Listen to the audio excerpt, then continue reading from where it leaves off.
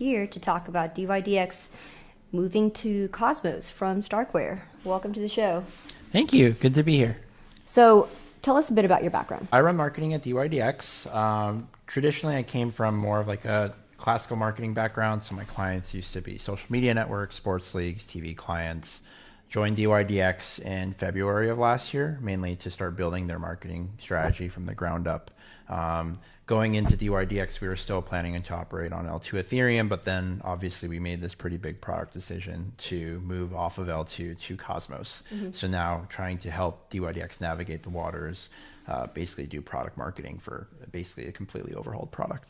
Is there anything about that internal conversation you could share with us? So people who are listening are going to be probably some hardcore Cosmos community members, and when the news came out that dYdX is moving here, it was like one of the biggest forms of product validation for Cosmos there was. Tell us about why you guys decided to move to Cosmos. Yeah, definitely. So at dYdX, I think we've always been product first. So whatever technology allows us to build the best product possible, that's the decision that we'll make. So for some background context, when we decided to ship dYdX v3 on L2 at the time, that was a very controversial decision. Many exchanges were not operating on an L2 at that time. People didn't really understand like why we would take the risk to do so. But from a product standpoint, it was pretty much a no-brainer because as a perpetuals DEX, we needed to have higher throughput and be able to scale. So offering more markets, higher technology that could handle like higher transaction speeds. So as we were moving towards V4 and we were thinking about how to improve the product even more, we started to run into scalability issues again on Ethereum L2. And the reason for that is with the perpetuals exchange, since it's derivatives, we have a lot of institutional traders and pro retail traders that trade on the exchange, as well as high frequency traders. So an exchange has to be able to handle transactions at a much higher clip and speed than you would a spot exchange. And at the end of the day, it's also not just transactions that get filled. So like orders that get filled after they're placed, but also orders that get placed, canceled in real time. And there's orders of magnitude higher as we continue to offer more markets and onboard more traders. So when we were making the decision, we're not necessarily like, oh, Cosmos is the only one we were considering. We were considering all of our options. So we looked at other L2 solutions. We looked at ZK rollups. We looked at Solana, for example. But what we came to was the conclusion that Cosmos allowed us to customize the blockchain by building on their Cosmos ecosystem and the SDK. To customize the actual product experience to achieve the level of scalability that we need. So by building on Cosmos, we could have orders of magnitude higher transaction speeds while also lowering gas fees. So from a product standpoint, it was pretty much a no-brainer, right? The more markets that we want to start offering, we need to be able to scale higher speeds of transactions. But also from like a decentralization standpoint, like our philosophy is that you're only as decentralized as your least centralized component. So right now, dYdX is a bit of a hybrid DEX. The order book, for example, is off-chain. And a lot of the reason for that is that the matching engine is the best speed and best like performance way of onboarding institutional flow. So we wanted to bring that order book on-chain for more transparency, ability to audit it in real time. But on an L2, like the basic issue and dilemma we were facing was how do we get the level of scalability, high throughput that we need without using up too much block space. So customizing the blockchain through Cosmos allowed us to do that in a way that we couldn't do it on any existing L2 technology.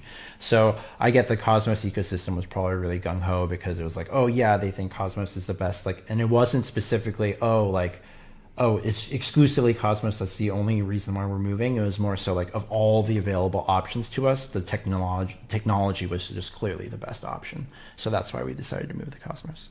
I don't know if we were saying that, Cosmos is the best technology stack for all these different applications. Where we come from is more that it's nice that we have built this stack to allow for an alternative solution to address multiple different use cases and needs for applications, right? It's not that, if your worldview is that everything's going to run on one runtime, that is your only option. It's nice that there's also this appchain model that's available. Yeah, definitely. And I think that's one of the big debates now is like, is it the ZK rollup model that's best or the standalone appchain model that's the best? We're obviously in the latter camp now. But I think at dYdX, like we've never been afraid to just throw out the playbook and start over for like a product experience standpoint. And from that standpoint, like you were just saying, I think Cosmos just offered us exactly what we needed for the specific product that we offer. So from a product standpoint, from a decentralization standpoint, it was just pretty much a no-brainer that Cosmos was the best fit. You guys made a tweet that the number of Cosmos developers has flipped the number of ETH Core developers. That, which obviously garnered a lot of controversial opinions because the ETH camp was not very happy about that metric. Yeah, so definitely ticked off the ETH maxi crowd for sure. And I think the chart was definitely misconstrued. I think the chart was just about daily active developers. So there's obviously a lot of people in the Ethereum ecosystem that are building, whether it's on an L2 or the Ethereum chain itself. But from our perspective, it was just really exciting, right? Like we're making this controversial decision to move the Cosmos and to see like even daily active developers within the Cosmos ecosystem. Like I feel like years ago, no one would have even fathomed that would have happened, that like this chart could even exist. So from our perspective, obviously like ecosystem health, I think that this is a really good like figure to pull because it shows like, hey, like we're moving to this ecosystem that has a lot of potential to grow, is gaining a lot of support. I think definitely the ETH maxi crowd interpreted this tweet as us just like railing Ethereum, being like, oh, Ethereum is like no good, that type of thing. But from our perspective, it wasn't even necessarily about a comparison about Ethereum versus Cosmos, just so much as like a go Cosmos ecosystem type of support type of tweet. I think there's a lot of toxicity on Twitter in general these days, for crypto Twitter specifically. There's a lot of tribalism, I would say, that I've noticed as well. So like you have the DeFi maxi crowd, you have specific chain maxis. From our perspective, like I said before, I think it's just like you should just focus on building the best product, especially when you're in a bear market. The focus should just be on building. So maybe the specific tweet, the language was a little controversial, but at the end of the day, like we just want to see the ecosystem continue to grow. So like obviously Cosmos, we want to see that grow. We want to see the entire crypto system grow as well. So like we don't want this to be like a adversarial nature thing, like, oh, Cosmos has to grow at the expense of Ethereum or anything like that. But it was definitely interesting to just see the response that we got on Twitter when we put out that tweet. Yeah, it's something that happens when you attack their god, so to speak. You know, the same thing would happen if somebody in the ETH camp said anything like that about Bitcoin or whatever metric, right? Which they often do. So yeah, you're going to get that type of response. I inferred this from what you were saying earlier about finding the best stack to launch your product on. Tell me why another ecosystem like Solana in particular that boasts high throughput was not necessarily the best solution for your product. Yeah, so I think it's the balance between like higher throughput and scalability and also decentralization. So I think on Ethereum, when it comes to the latter half of that, like decentralization, right? A lot of people talk about how Ethereum is super decentralized, but in terms of like how we operate, right? The only real world in which we saw that we could bring an order book on chain was by building this standalone app chain on Cosmos. And like, this goes back to what I was saying before, right? I think a lot of dilemmas that like exchanges in particular and DEXs face is like, how do you scale and get higher throughput to match the number of orders that you're getting and be able to sustain that as you continue to add more markets and more users versus taking up too much block space. And any existing L2, whether that's Avalanche or anything else, like the tech stack. You just call it Avalanche and L2. Sorry, L1. L1. Whether it's an L1 or an L2, like there's always going to be this issue where like it just doesn't scale fast enough. Like the reason why we moved off an L1 into an L2 in the first place was that we could start doing batch orders, right? So instead of each individual order being pasting gas fees and being placed at once, we could send them in bundles. And like that worked great for the time being, but as we continued to grow, we realized it just doesn't scale fast enough. So like even though we evaluated other L2s besides Starkware, we came to the realization that like unless we actually build this custom chain, which Cosmos offers the ability to do, like we will keep running into this same problem. And at least at the moment, no L2 offers exactly what we need for the best product experience. So we did evaluate other chains too. Like I mentioned, we looked at Solana because Solana supposedly has like the highest like speed in general. There's obviously other like criticisms of that chain itself. Tell me specifically why Solana wasn't a fit for you. There's obviously been concerns about Solana with like the downtime issues that the chain faces at times, which obviously we took into consideration as well. But when we thought about like building on Solana versus like the app chain, what we came to the conclusion was like we feel very confident in our team of builders, and if we can customize the blockchain to maximize on the specific metrics we need, primarily scalability, so like higher throughput, lower gas fees. If we can do that on Cosmos, even though it might be controversial because it's unconventional, it'll still provide the best possible product experience, and we're willing to take that risk. So at the end of the day, Cosmos was just the best fit. You alluded to a new direction that the DeFi infrastructure space is headed. Implicit in everything that you were saying is that we're moving towards order book DEXs, not the AMM, because now we're at a point in the technology life cycle where perhaps scalability is starting to catch up to enable order books on chain. What are you seeing app chains enabling you to do for order books? Yeah, so I think if we take a step back, the reason why AMMs were more viable was just in general, I think centralized exchanges were great for like mass adoption and early on ramping into the crypto ecosystem. So like just general retail flow, institutional funds were more comfortable with the idea of a centralized exchange versus a decentralized exchange. But over time, what we've seen is like the more pro retail institutional flow is high, like frequency traders have like slowly migrated into the DeFi ecosystem. One is because just like the tech stack has finally caught up. What was previously not possible from a DeFi standpoint in terms of scalability is finally being achieved. Second thing is I think just on balance with centralized exchanges and the controversy that's happened in the past year plus with like the FTX implosion and stuff is that people are starting to understand the value of like self-custody and being able to audit like assets in real time in terms of like transparency. So with that shift towards DeFi has come like orders of magnitude more institutional flow in general. And if you speak to institutional traders or pro retail traders, at the end of the day, what they value the most is low latency and the product experience that can fit their specific volume and speed of trades. So why we had built the off-chain order book at dYdX was because from a trading experience for the more pro retail crowd, as opposed to just like your general retail segment, the trading experience of trading on an AMM versus like an off-chain order book was just orders of magnitude in favor of the off-chain order book. So now what we've done is like, in order to decentralize more to fit the DeFi ethos, it's important that the like order book actually move on-chain, right? Because right now it's like an off-chain order book, so like the matching engine's all handled by us internally. But you can't really audit that as much in real time, and there's not as much transparency. And it's centralized. Exactly. And you're only as decentralized as your least centralized component. So as we started evaluating our options, what we had to do was, okay, what actually allows us to move this order book on chain? So we still have the same like product experience from a front end in terms of like speed, being able to understand exactly what's happening, but also the level of transparency that the community and the users demand. So that was a big part of the reason why at a macro level, it just made sense.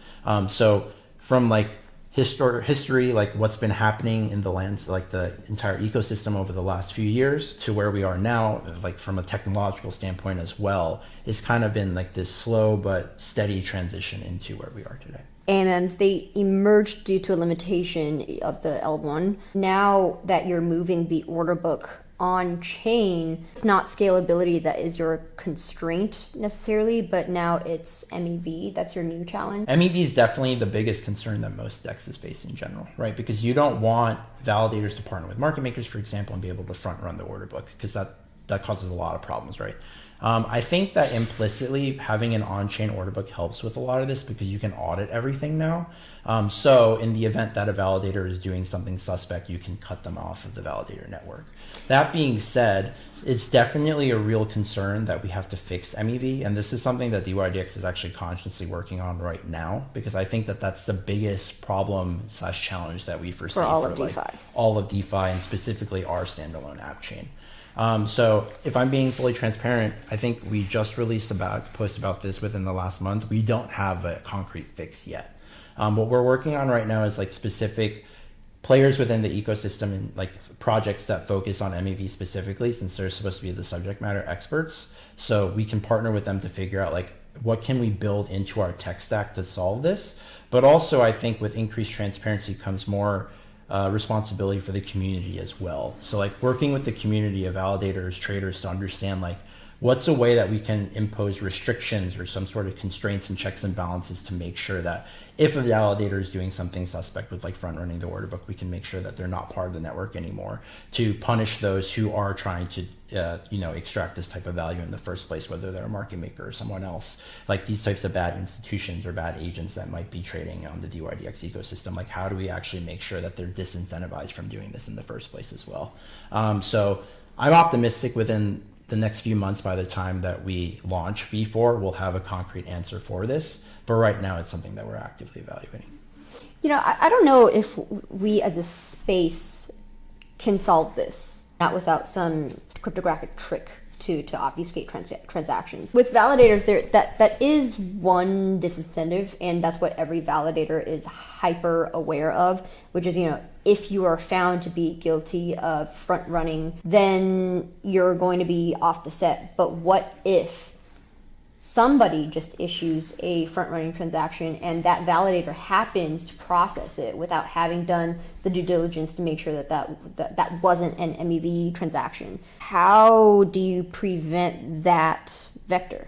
Yeah, and I think that that's part of the reason why like it's such a complex problem, right? I don't think there is some sort of band-aid solution that's like, oh, like instantaneously, like, oh, you just do this and like, oh, this fixes it, right? Because there's multiple attack vectors that can cause the MEV problem. The short answer and the transparent and honest answer is we still need to figure it out. But I think at like a higher level, realistically, we are going to have to depend on our community as well as the specific protocols that we work with to figure out within like the actual tech stack, like some sort of solution that like tracks it in real time, whether it's like a cryptographic solution or something like that. To figure out like what the attack vectors are, like conclusively, like what are the ways that like you can extract value in this way in the first place, and then how do we shut off those specific avenues, and then from there we'll figure out like what the best solution is. As you get more decentralized, like this is going to be like an issue, right? And I think that part of the reason why it's challenging but also exciting is like I don't think anyone in the ecosystem at all has figured out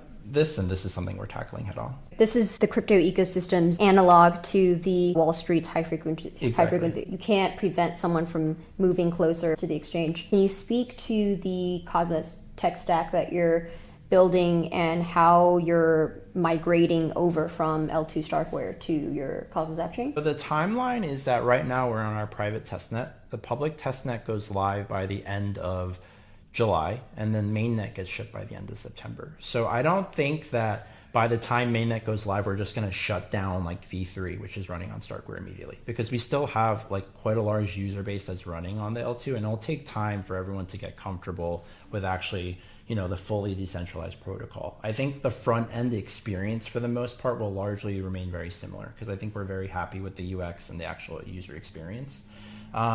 But again, I think as we go through the testnet, there's still tweaks that we'll be making in real time about like potential issues with our code or potential inefficiencies that we're discovering in real time. When it comes to the actual tech stack itself, we're actually planning on open sourcing pretty much everything. So everything from the indexer to the validators, like all of that will be open source, so that dYdX's paradigm, I think, fundamentally changes. Currently, we're building an exchange and exporting financial infrastructure. I think what we're actually moving towards is building open source code, an open source protocol that other people can build on top of. So by open sourcing our code, like if someone decides, oh, they want to build like a bot trading thing on top of dYdX, they can do that. Potentially, we can start offering permissionless markets in real time. So like if there's a specific altcoin right now, like Pepe is the big one, right?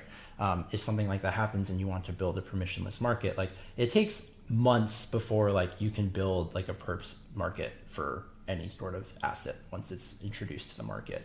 But with permissionless markets, that's something that becomes more interesting and something that you could potentially build and start offering on dYdX v4. So one day it'll be good for one of our engineers to actually connect with you so they can get more into the weeds of like the specifics of like, here's XYZ what we're building. But what I can tell you is pretty much everything will be open source and auditable. Where is the core team situated and where is dYdX operating out of? Yeah. I could kind of infer, if the principles are in the USA, I could guess why you would want to accelerate the process to decentralize. There's a few different angles for the importance of it. The first one is that when it comes to what we've seen recently in the crypto ecosystem with FTX, our belief is that this is not like an isolated instance, but a symptom of an underlying issue. And the issue is that with centralized finance in general, what you have to rely on is individual agents or actors or responsible parties to do the right decisions, or to be morally culpable or like morally responsible enough to not, commit fraud or like misuse customer funds. So FTX was just a symptom of an overarching issue, right? Like, it's not the first centralized exchange to have this sort of issue. Within the last year, beyond FTX, we've seen a bunch of different implosions within the cefi ecosystem. And before the past year too, we've seen other exchanges have issues, for example, like KuCoin, where they had like an issue with fraud. So from that standpoint, like, what we've seen from centralized exchanges is like this buzz term of having like a wallet where you can actually audit funds, supposedly, right? So you can see like a wallet address. Proof of reserves is like the term they throw out, that like, oh, like you can see this wallet with all this funds in it. But it doesn't actually tell you anything about like a protocol's outstanding like loans, their balance sheet, anything. It's just like, oh, here's a wallet with some money in it. So like from that standpoint, like, we truly think that decentralization and DeFi is the only real fix. So like self-custody of your assets, so you don't have to rely on someone to actually like manage your funds properly. It's just yourself. Open source code, transparency, being able to audit everything in real time. So for example, currently with the dYdX smart contract, you can actually audit where all the money is. Like, you go on Etherscan, you can check everything, as opposed to having to wait for like some sort of third-party vendor to do the audit report for you. So we strongly believe that DeFi is the only way forward. So like for us, it was about how do we increase decentralization? So move even more towards decentralization as opposed to this like hybrid DEX that we're operating on now. So that was a big component of it. But then secondarily, like from our standpoint and our ambition as an exchange, we're not just trying to be the biggest DeFi exchange, we're trying to be the biggest exchange, period. So when we're debating like, okay, so how do we compete with like the Binances of the world? If we just move more towards like centralization, like at the end of the day, what is our like real like product market fit? Like, what's our competitive advantage? Like, we couldn't really see one, but what we could see is that our unique standpoint right now is like the leading DEX in terms of volume is we're like as close to the decentralization as possible at the current tech stack, but we can continue to do that even more. And then once we do that, we achieve like the product market fit we need in terms of like what users are demanding in terms of increased transparency, self-custody of assets, but also like a stellar product experience. So like you can still get the same level of low latency and high throughput that you might get on like a centralized exchange, but you get all the benefits of DeFi at the same time. So in terms of product market fit, like our entire vision and like mission in terms of democratizing access to like financial opportunity, and then like our overall space that we see in terms of the niche that we fill and like what we need as an industry to move forward and prevent these types of scams, these rug pulls in general, what we thought was that this was just clearly the best path forward. You're saying dYdX is the biggest exchange even compared to Uniswap? Yeah, in terms of trading volume, yeah, we are. And I think that's largely because perpetuals and derivatives are just such a larger portion of like total trading volume than spot assets are. Because with synthetic assets, you just get a lot more exposure. So especially with like institutional flow and stuff, like with the spot asset, you're constrained by the actual number of physical assets available, right? So like there's only a certain number of Bitcoin. But with the synthetic asset, since it's not actually like limited by the constraints of like what's available on chain, like in the sense of like there's a finite number of it, you can get a way more exposure with synthetic assets. So I believe like the ratio is like 60 to 70% of all crypto volume in terms of trading volume is synthetic assets right now. And of those synthetic derivatives, like perpetuals are by the biggest component of that. For TradFi markets, I think the ratio is actually closer to like 90% of all trading volume is synthetic assets. Right. So if you like look on like CoinMarketCap, for example, like Uniswap and us like switch positions every once in a while, but like we have by far the most trading volume. What are all of your products? Yeah, so I think we offer 32 to 34 individual markets for perpetuals. So obviously we have like the Bitcoin, Ethereum markets, but we also have like Solana, other altcoins. We have a healthy part of our exchange that's like largely institutional. So institutional funds, market makers, high frequency trading firms. We also have retail, like pro retail, like sophisticated traders. We obviously have our fair share of like degens who just want to like 20x on whatever altcoin and then throw money at something. So it's like a healthy distribution. I would say that dYdX definitely over indexes specifically on like the more pro retail consumer side than like the average retail trader. Because if we're being honest, like say you just want like to get a little bit of exposure to like Bitcoin or Ethereum, right? Like you don't know all that much, but like you're reading about it on the news. Oh, I want to buy a little bit of this and see where it goes. You're not going to start trading perps. You're just going to go to some centralized exchange or Uniswap or something and buy some spot. So I think our user base is definitely distinct from like your average like spot index, spot like exchange rather. So in that sense, I would say like the user base overlap is probably a little bit different than like a spot exchange or like a general centralized exchange. We're seeing a lot more mass adoption of crypto in general, and like any other like market, alternative asset markets, whether it's like FX, for example, or exotics, like you'll see people continue to flow into these types of markets as like they become more sophisticated. There's more different product offerings. So like right now people might just come into dYdX because they want more exposure, or maybe they're hedging. So like we're in the bear market, right? So like if you're holding a bunch of spot and you want to hedge against losses, you can go short on this asset instead.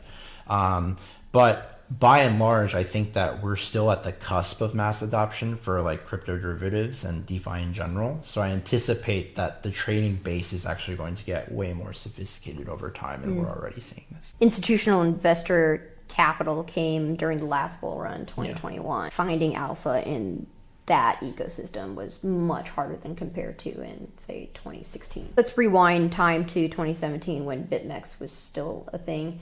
Definitely DeFi is like a smaller portion of total like overall industry volume than centralized exchanges are as a whole. Like obviously we're one of the leaders in the DeFi space, but even then, like I think our market share is like never been more than like 5% of like the total ecosystem. And I think that that is largely because we haven't seen mass adoption of DeFi yet. So if you speak to our founder, Antonio, for example, he tells you that realistically, for us to get to the point where DeFi like truly surpasses cefi, it's going to take several more years. He doesn't think that the DeFi mass adoption really happens in like a year or two from now. It's more like a 5 to 10 year timeline. Yeah. And there's multiple reasons for this. The first one is in terms of the learning curve. DeFi just has a higher learning curve, right? Like if you would just want to go on like Coinbase and like buy like Ethereum, it's pretty simple. You just deposit some money, you buy it, and then you just hold it.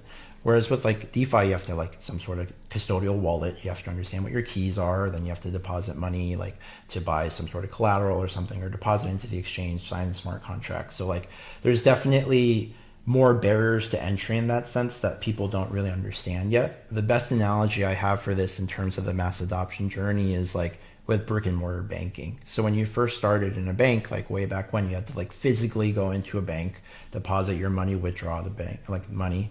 Then it became internet banking, so people could go on their computers and then log into the portal and then manage their money that way. And then now you can even do it on your phone with mobile banking. But like each step along the way, like we had to educate users, right? Like our grandparents probably didn't understand like, oh, I can like go on my computer and actually do all this banking. Like you had to educate them. So like where we are in the DeFi like adoption journey right now is still very much like that education phase, like teaching people the value of self-custody, teaching them how to actually like use a custodial wallet and like collect your keys and like track them, make sure that you don't lose access to your funds. Like that's very much so where we still are in this broader landscape. And realistically speaking, I think the large portion of the user base is the younger people who are coming into crypto now. Like our grandparents probably are not going to understand like, oh, like here's my MetaMask, here's how I actually like use this thing. What they're going to do is like, oh, like I just want to buy a little bit of Bitcoin, see where this goes in like 5 years. But like the people who are coming into the ecosystem now are definitely adopting like a tech stack today that's way better than it was 5 years ago. We've seen so much innovation over the last year plus, and it's continuing to compound exponentially where like the technology is finally catching up, or like the actual infrastructure is improving significantly. So like the new adopters that are like in their teens now who come into the ecosystem like 5 years from now, like they're not going to regress technologically, right? They're not going to move backwards and adopt technologies that are outdated. They're going to start using the stuff that actually works much better. So from that standpoint, I think that's why we think like 5 to 10 years is a reasonable roadmap from like when we see like DeFi start to take like 20% plus market share of like total volume. But right now I think it's still a bit early. I'm going to move back to a topic that you briefly touched on. You said FX. So does that mean that dYdX currently supports foreign exchange trading? No, we do not. But I think theory that's, you would? I think we're very open. I think a big part of what's exciting about V4 is like as we decentralize, the community has like a way bigger say in like what we build. So dYdX Trading is a company that's currently building the product, right? And in the past for V3, we were like, okay, we're going to prioritize doing an iPhone app. We're going to prioritize these markets. We had some governance votes for sure, but like the community didn't have so much of a say as to like what specifically we built. Let me ask you this. Even if the community says it wants these things, given that the current regulatory environment says you can't issue synthetic assets like a synthetic crypto version of, you know, a US Australian dollars. Look what they did to Mirror. Knowing that this is the backdrop, that anyone that implements a sort of centralized product is going to be hunted down by the regulators. How do you guys contend with that? So once V4 gets shipped, like we actually don't operate the exchange anymore. Like we're just open source developers who ship open source code. So like if people want to build on top of it and that's what they do with anonymity, if they want to do that, sure. If they decide like, oh, this other project is what we're going to fund with community funds or whatever to like build this specific synthetic asset or these types of markets that we want, sure, go for it. But I think very much so like the whole reason for increased decentralization is because of like censorship resistance, obviously part of that too, right? Like we don't want to be dYdX Trading is the one who makes all these decisions and like decides what like we build and like what markets we offer it in, like what countries. Like instead, like someone else, either the community or a DAO or some sort of organization actually starts deciding like these are the specific things that we offer. So I imagine on like a reasonable like timeline, what actually gets prioritized in terms of being built is probably like an Android app, specific perpetuals markets, maybe permissionless markets. I imagine that's what our user base cares the most about. But do I see a world in which like spot markets get offered or like other types of synthetic assets? Like sure. But I think the reality is like we don't make those decisions anymore. What citizenship is your founder? He's a U.S. citizen. That's just interesting to me. U.S. citizens currently founding DeFi products are still also apprehensive. And I think for good reason, right? Our standpoint is very much so that regulation is coming, but like it's still a little bit of ways off. I think right now the spotlight is on centralized exchanges for the most part in the wake of FTX. But dYdX recently hired head of policy. So like our like biggest thing right now is like we want to meet regulators in good faith, right? Because the reality is like right now we don't offer perps in the US, but like a big part of the reason why FTX happened is because like people still wanted to trade the products that FTX offered, but they didn't have a domestic way to access them. So then they go offshore. So like this type of problem keeps happening. So what we want to do is meet with regulators and actually explain to them like, hey, here's the difference between DeFi and cefi. Here's the specific product that we've built. Here's the product in the overarching ecosystem and like why DeFi is important in terms of self-custody. But the reality is until like we actually have a seat at the table and like talk with these people and educate them, we won't have sensible regulation because you can't just blanket the DeFi ecosystem into existing financial regulations for like TradFi markets. And also like even the differences between like cefi and DeFi are so significant, right? So realistically, there's an election year coming in the next year. Like I don't think that like there's going to be like this huge overhaul of the system yet. I think we're still at the very much the intro stages, and like obviously there's been a lot of back and forth with the SEC and stuff recently. I won't comment too much on that. I think anyone who's been following it obviously knows what's going on. But I think our stance is very much so like education first. So like meeting with the regulators and the institutions to be like, hey, like this is what the ecosystem looks like. Let's make sure like if they were regulating it, we have an understanding of what's actually happening first, so that if it's regulated, there's like a sensible path forward. Because right now it's definitely regulation through enforcement as opposed to having like actual laws in place that can be easily complied with. Like it's really unclear what compliance looks like right now. So from our founders' perspective, like we've done everything we can to make sure we're as compliant as possible. So because we're a hybrid DEX right now, with trading being responsible for everything, we geofence users from the US out. Like you can't access our exchange if your IP is in the US. Right now, when we launch V4, the plan isn't to make it readily available to US users. But like, who knows, as the community and whatever DAO starts operating this, how this all changes. From trading's perspective, like, we will do what we can to meet with regulators to make sure that we meet them in the middle to so that we can educate them, help them actually craft legislation, hopefully.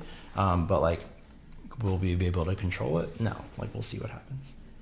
It's funny how the result of this regulation by enforcement in the US has inadvertently sanctioned off the US from all DeFi protocols. Yeah, I mean, it's definitely interesting, right? And I think that as a result, we're starting to see some pushback even internally, like politically within like DC. Like the Gary Gensler trial, obviously, like we saw some significant pushback from other people, like regulators themselves being like, hey, like, we're going to push all these exchanges offshore. They're going to go to markets where they can compete, and we're going to lose access to like this entire industry if we're not careful. So I think like tides are definitely turning. Obviously, there's been some concerning news for like crypto builders in general in the US, but at the same time, like, we'll see what happens. You know, at the most we can do is meet with these people in good faith and be like, hey, like, let's try to see eye to eye. Like, it is true. Like, regulation is better than no regulation, but no regulation is better than bad regulation. So it's really just a question of like, how do we make sure they understand what they're actually trying to regulate so that they can like make a reasonable path forward for us to be competitive in the US and build here, but also like prevent these types of instances from FTX like influencing like a whole swath of users at the same time. So I think if people are of the camp like, oh, we should just regulate nothing, I think that's very dangerous for obvious reasons too. So the question is just like, how do we craft sensible regulation that we can actually comply with that protects users, but at the same time doesn't constrain builders so much that they can't build good products? There's actually a significant amount of DeFi projects that are banking on the next administration being friendly. Yeah, like that's like one of the strategies for a good market. It's like, okay, hopefully the next time around is not so bad. Yeah. Which means that crypto needs to ensure that Senator Warren doesn't become. Yeah, I won't speak too much on that specifically. From our perspective at dYdX, we've very much been like, let's try to play by the rules and be as compliant as possible, right? Look what happened to Coinbase. Yeah, exactly. And then we see the Coinbase stuff, and it's obviously a little concerning. But I will say like something that concerns us too is also like there's some crypto projects that are just like, oh, let's break all these laws and then just do whatever we can to go to market, capture as much market share as possible, and then we'll deal with like a lawsuit. So if we like make $10 million, we get hit with like a $5 million lawsuit, we're still 5 million plus in the green. Our perspective is that that's really dangerous logic at the same time, right? So like, it's obviously concerning because it's so difficult now to understand what compliance actually means. But I do think like our philosophy has been like, whatever is possible to be compliant, we'll do that, so that we don't sacrifice like being shut down and then affecting our entire user base. So like, I think we'll definitely see over the next year how everything develops. Obviously, the big headline recently was that Coinbase sued the SEC. So like, we'll see what develops from there. We'll see how our efforts in DC with our head of policy go. Uniswap has their own head of policy. I think a lot of crypto projects are starting to focus a lot more on meeting with regulators and like trying to find common ground, which has been much more of a focus, I think, within the last year than it was years prior. Because I think we finally gotten to the point where there's enough eyeballs in the industry to start like figuring out what like all this means and like what the path forward looks like. So obviously, there's reason for concern in the ecosystem. I think that that's all warranted. But I think it's also important to keep in mind, like, the only way that we can actually get to like the type of end state that we want is to actually work with them as opposed to being adversarial. How can our listeners follow up more about the developments of dYdX? We'll be posting blogs pretty regularly about different updates in terms of milestones for shipping the mainnet. I would definitely check out dYdX.exchange/blog, where you can keep an eye on all like the news in real time.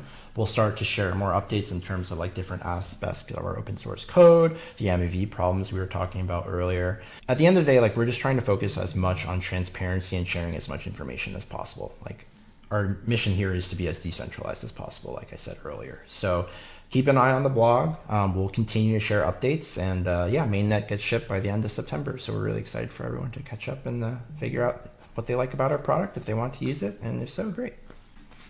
Thanks for coming on, Nathan.